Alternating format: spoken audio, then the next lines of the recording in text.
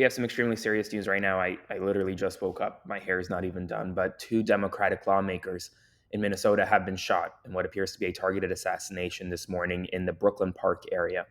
John Hoffman, Senator, and Melissa Hortman, a representative in Minnesota, along with their spouses, have been shot overnight in the Brooklyn Park area by a suspect who is impersonating a police officer, according to Fox 9 News. Both are in, quote, grave condition this morning, according to ABC News. Here is what uh, we know right now. Both lawmakers represent districts in the northern Twin Cities suburbs. Hortman from Brooklyn Park, District 34B, and Hoffman from Champlin, Senate District 34. Brooklyn Park police have issued a warning. Do not approach the door unless two officers approach together. Call 911 to verify officer identity first. Governor Tim Walz of Minnesota has officially activated the State Emergency Operations Center, pledging full state support to law enforcement in both Brooklyn Park and Champlin. He said the situation is being closely monitored and he will provide updates throughout the morning. Folks, this is a very serious situation. This appears to be a targeted assassination of two Democratic lawmakers in Minnesota. One suspect, according to preliminary reports from Fox 9, is under arrest, while the other suspect is not, still out. So if you are in this area, please be aware. Please do not open the door and heed warnings from local police. And sorry if I'm a bit all over the place. It's just very serious, and I'm literally just waking up. Yeah, so that's kind of where we're at right now. If you want to support my work, I'll be reporting live on everything throughout the day today. So please subscribe to my Substack or send a one-time donation via Venmo to Aaron-Parnas. In other news, today there are going to be no King's Day protests across the country. I know many of you are protesting. Please, please, please, if you are protesting, please be peaceful.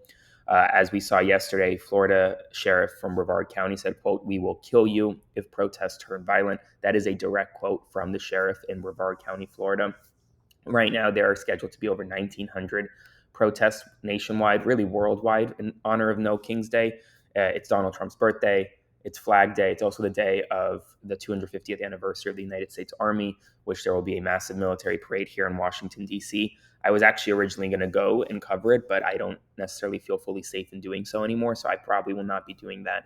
And instead, we'll be focusing my efforts on the No King's Day protests, and we'll be providing you coverage of that throughout the day. Millions of people, according to organizers, are expected to come out and protest the Trump administration.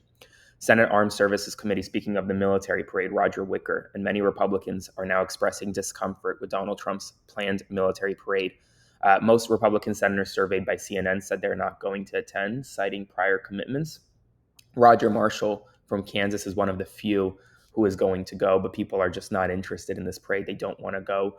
They think it's a waste of fiscal money. This is the Trump administration that it's just very bad. It's just very bad overall. Yeah. Around 60 veterans and military family were arrested outside the U.S. Capitol after breaching a police barrier during a planned sit-in protest against Trump's deployment of the National Guard overnight. The Capitol Police reported the group had initially demonstrated peacefully at the Supreme Court before approaching the Capitol steps, prompting officers to set up a perimeter. When it comes to Israel and Iran has launched a wave of missiles towards Israel early this morning, following a night of mutual attacks. They've been shooting at each other. The conflict intensified after Israel's unprecedented strike on Iranian nuclear and military sites, killing senior Iranian leaders. Israeli authorities have reported 3 deaths and dozens injured, while Iran has reported 78 dead and 320 wounded. Israel's defense minister warned Tehran, quote, "will pay a heavy price if attacks continue," and Netanyahu urged Iranians to, quote, "stand up and let your voices heard. They want to topple the Iranian regime." California Governor Gavin Newsom accused the Trump administration of pulling National Guard troops from fentanyl interdiction efforts at the U.S.-Mexico border. He said now they're just twiddling their thumbs in Los Angeles. And Donald Trump is now shifting immigration enforcement. He will no longer be doing immigration enforcement at farms, hotels, and restaurants. So he's stopping that, likely because his donors got upset at him. That's all the news right now. I'll be providing updates throughout the day. Once again, I apologize for it's a bit of a mess. I'm not really talking fully straight just because of the news this morning. So stay tuned, follow along for more, and you'll have more this afternoon.